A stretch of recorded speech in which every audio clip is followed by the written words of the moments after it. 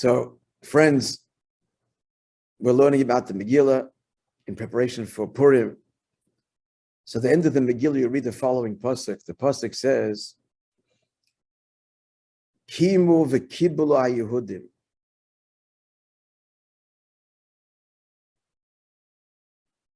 Which means that the Jews fulfilled and accepted. Now, the simple meaning of the verse is they fulfilled and accepted upon themselves to observe Purim as a Yom Tov unto all time. Let's look at those words again. Kimu v'kiblu. They fulfilled and they accepted. So the Gemara asked the obvious question. The order should be the reverse. You accept, and then you observe, you fulfill. What is the meaning of they fulfilled and they accepted? So the Gemara answers an extraordinary answer. The verse is alluding to something here greater even than simply, even though this is an extraordinary moment of Purim and the salvation and the acceptance of Purim as a Yom Tov, but something even grander than that, as it were. And what is that? The Gemara says as follows. When Hashem gave us the Torah at Mount Sinai, that was 1,000 years earlier. So the verse reads, and the Jews stood under the mountain. Vayisyatzu Yisrael tachti sahor. Tachas. The Jews stood under the mountain. Under the mountain, at the foot of the mountain. What's meant by under the mountain? So our sages explain that Hashem held the mountain over their head. They were literally under it. And he said, accept my Torah, good. And if not, this is a very strange teaching, a very strange event. First of all, did God have to force them? At this, they were willing to accept the Torah. There's no need for coercion. And what does it mean that God holds the mountain over their head? Like a barrel, that's what it says. Kof aleim har ki gigis. So Chassidus explained this is not literal. What it means is they were compelled and they were forced because the revelation of God and what they experienced was irresistible. And therefore, they lost their sense of freedom of choice. They were mesmerized, blown away by the revelation, by the miracles that they'd experienced, that of course they said yes. In that sense, they were coerced. They were coerced because the revelation was such that it left no choice. When you experience the divine and you're asked, are you in? Do you accept this? Of course, you're going to say yes. So the Gemara continues. That means, however, that we have a legitimate out for not fulfilling mitzvahs thereafter. You forced us. However you did that, you forced us. And that's how it was. The Gemara says, Mikan meidor rabbe le'raisa. From here, there's a great refutation that a Jew could argue legitimately for 1,000 years in our failure to observe mitzvahs. We never really accepted it. It was under duress, but the duress was not a negative one. It was a positive one. Love bombed. You love bombed, and revelation and the thunder and the lightning and the miracles. Who's going to say no? But it really wasn't come. So that's the illusion now in the time of Purim. Kimu, now to revisit those words. Kimu v'kiblu. The words mean they fulfilled and they accepted. And we said, what do you mean? First accept and fulfill. The deeper illusion here is like this. Kimu, they are now fulfilling what they once upon a time accepted. They are now fulfilling. In the story of Purim. The story of Purim was the full realization of the covenant with God, the acceptance of the Torah that is now happening, listen very carefully, under circumstances that could not be further from the experience at Sinai. First of all, they're just having experienced the threat of total extinction. For 11 months, every Jew knew that they were facing a day when throughout 127 provinces, as we spoke about last week, from the enlightened to the more backward, Hoidla means the enlightened provinces, Kush means the more underdeveloped, all bought into Achashverosh's and Haman's evil desire to destroy the Jews. And there was no way out. That's what they were facing. And moreover, they also knew that any Jew that renounces his faith would be spared. Nobody did. This is a very dark time, hardly inspiring. And that's the point. And even after the miracle of Purim, they still remained in Persia. They were still in exile. And that's the whole point. Here, collectively, the people reaffirmed their commitment to Hashem, not dazzled by his glory. On the contrary, in exile, facing the threat of death, and knowing that there is a way out. And every Jew rose to the occasion and said, I'm committed. That's commitment. That's commitment. And therefore, in the story of Purim, that's when the Jews affirmed and sealed the covenant. Till then, for 1,000 years, the giving of the Torah and the bond was kind of one way. Now it was mutual. So therefore, Purim is not just another Yom Tov, but Purim ratifies, it completes our whole covenant with Hashem. The whole identity of the Jewish people, the great mission of fulfilling Torah mitzvahs is completed on Purim, which is another reason why Purim will endure forever, even after Mashiach comes.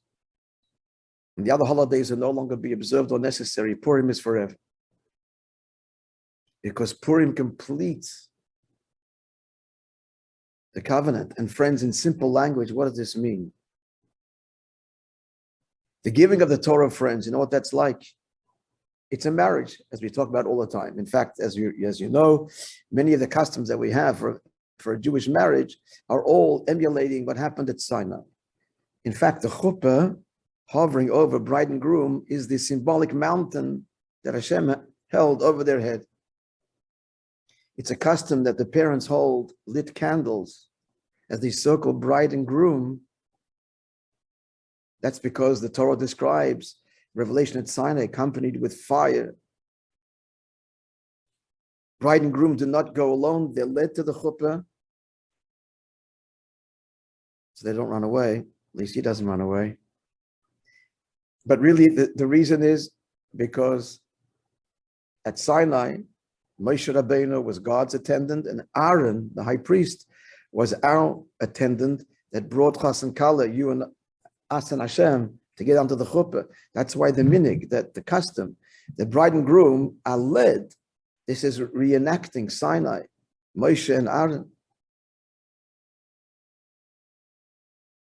And many other customs that we observe under the chuppah. It's all a marriage. So here's the thing, friends. When we got married, all of us, otherwise we wouldn't have gotten married. Why did we get married? Because we were dazzled, and we were dazzling. We were in love with love. To one degree or another, we were taken. Quite simply, we were enjoying every moment. This is so much fun, and I'm enjoying your company, and I can't wait to see you. But that's not the test of marriage. The test of marriage is the Purim scenario. When it's dark, exile, there's no light, there's no miracles, no excitement, nothing is sweeping off my feet. You're not seducing me, exciting me. There's all kinds of other distractions and options. In a second, out, it's easy to be out. Today's world, it's easy. In the story of Purim, anybody that said, I'm out, hello, not me, that's it, saved, protected, immune, It was easy as that. Nobody did. And that's the test of the marriage. That's the test of a commitment. That's the completion after the honeymoon and after the first year and the second year, whatever. It could happen the next day after marriage, where the Purim scenario sets in. It could happen right away. Not excited with you anymore. There are other options. In the early days, it was only you. It couldn't be anybody else. But now I grew up a little bit and we got mature and I see you closer up and there are other options. And now he's committed because he understands and believes that this is a soul connection forever. Oh, that's when the marriage really is completed. That's when the covenant is sealed and bonded. And that's Purim. That's Purim. Kimu v'kiblu, now, revisiting those words. Now they fulfilled what they once upon a time accepted because they were blown away. Now they fulfill it, that acceptance, coming from within. It's my devoted choice, my commitment. Not that you're eliciting this from me, leaving me no other choice because you're so wonderful. No, it's because I have decided and committed to you. Why? Because it's meant to be, because we stood under the chuppah once. That's why. And that was orchestrated by God. And now I'm committing to that with every fiber of my being. Exciting or not. Whether it's a Torah scenario, that Sinai, bells and whistles and drama and excitement, or it's the Purim, exile, dark. What's going on? I don't feel, I don't see. And herein lies the depth of the commitment. So that makes Purim, friends, everything.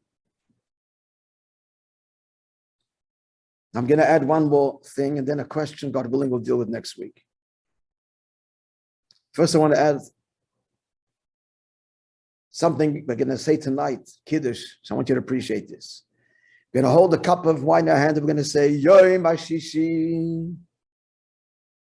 It was on the sixth day. Some of you might begin with Vayera Vayevoker. Introductory verse. It was evening, it was morning. YOM HASHISHI, the sixth day. V'chol Shamayim v'Oretz. God completed heaven and earth and rested and so on. We're all going to do this tonight. With Hashem's help, surrounded. What a gift. By our loving family. With renewed commitment to our wife, of course, our children. Inspired by the message of Purim. I want to examine these words, YOM HASHISHI, the sixth day. Rashi, in his commentary on the Chumash, which wrote, again, the most basic commentary, points out the following question. Why does it say YOM HASHISHI? And it was the sixth day as opposed to day 6. In fact, all of the other days of creation, it says, it doesn't say YOM HaSheni. It was the second day. It says YOM Sheni, second day. Yom Shlishi, Yom Revi, Yom Chamishi. When it comes to the sixth day, it's Hashishi. The hey put in front. Hey means the definite article. The sixth day. What? All of a sudden, the sixth day, day 6. It was day 6. What's the sixth day? You hear my question?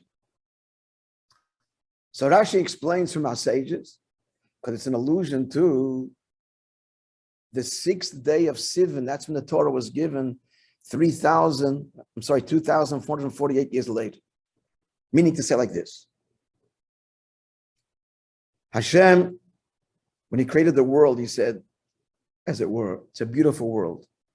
I don't need a world. You know, I'm creating a world, and this is the sixth and final day of creation. YOM HASHISHI, because there will come a time, the sixth day of Sivan, the month of Sivan, the sixth day after they arrived in Mount Sinai, when my people will receive the Torah, and we will bond and be one, to be completed on Purim. That's why he created the world. That's why he created the world.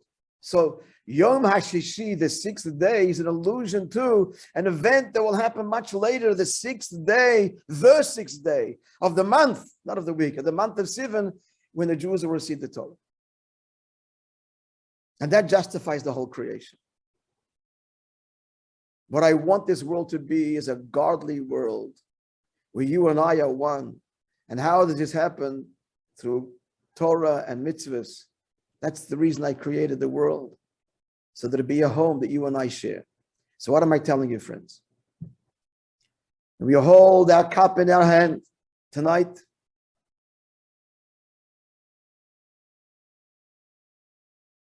Take the cup of wine, simcha and joy, and we say the words YOM HASHISHI, the sixth day. Let's remember this message. That's the sixth day of Sivan, which was the giving of the Torah, reached its climactic and deepening and eternal completion in the story of Purim, which means as we pick up our wine, we are recommitting ourselves to Hashem, to that divine marriage, to our spouses and children on a level, a Purim level. Even when, and especially when I don't feel, and all the distractions, and it's not exciting, and that there's no sparks, and I'm committed. I'm committed. And here, friends, you're not being a martyr. We're not being a martyr. Here's the deepest truth. It's not as if, okay, it's dark, I'm committed, then that's it, I surrender to this relationship. No, friends. When we commit, listen carefully, when we commit and devote ourselves in the Purim scenario, it's not Sinai and revelation and thunder and lightning, and there isn't. That's when the real sparks fly. That's when the connection happens. That's when the real passion starts. That's when we come to the simcha ad yoda. The joy of Purim transcends all boundaries, beyond Simchas Torah, beyond Shavuos, beyond everything. Beyond even our wedding night, which was a great simcha. The whole community, friends and family celebrated. But that was the glory days. Sure, why not? It's all, the sparks are flying. But it's all external. We're in love with love.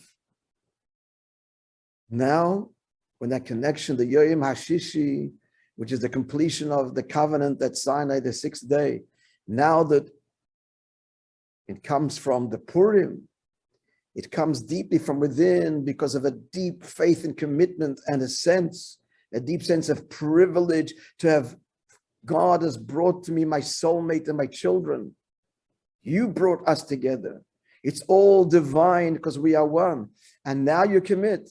And that leads to the greatest joy, a joy of total abandonment and beyond all limits.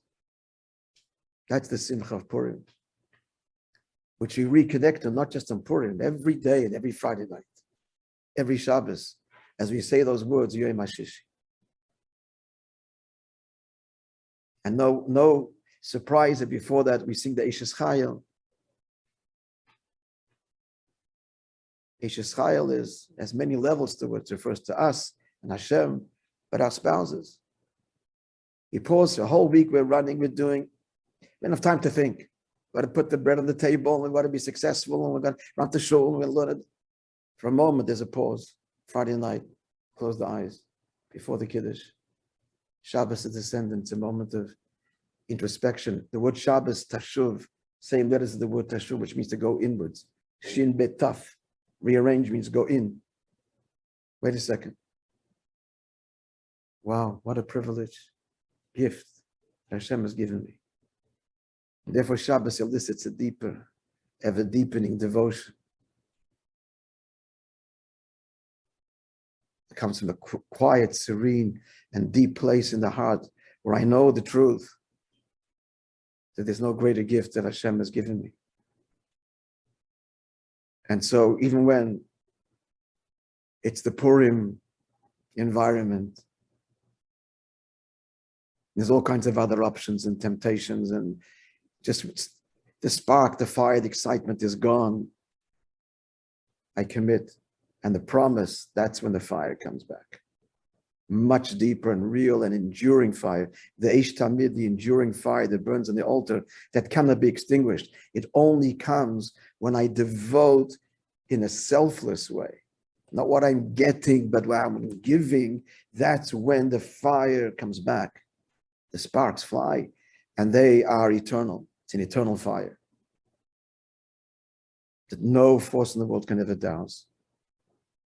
Recommitted to, reaffirmed with joy every Friday night, YOM HASHISHI, inspired by the eternal message and empowerment of Purim, which we are now swiftly approaching, is now the Rosh Chodesh.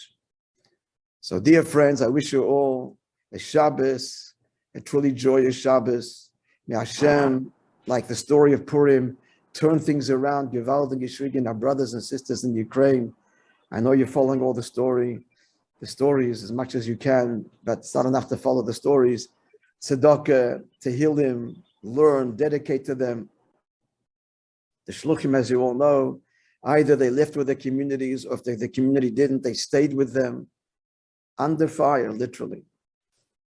Dear God, what are you doing? Only God knows, but please, Ad Mosai, enough. End it. I know you're moving the pieces on the chessboard. It's all leading to redemption. We are ready. We are ready for redemption. We are ready for the ultimate Purim, for the ultimate Shabbos. May it happen on this Friday, even before Shabbos. Shabbat Shalom, guys. Shabbos, everyone. Shabbos, good Shabbos. Shalom. Mazel tov, Rabbi. God bless you all. Thank you. Thank you. Again,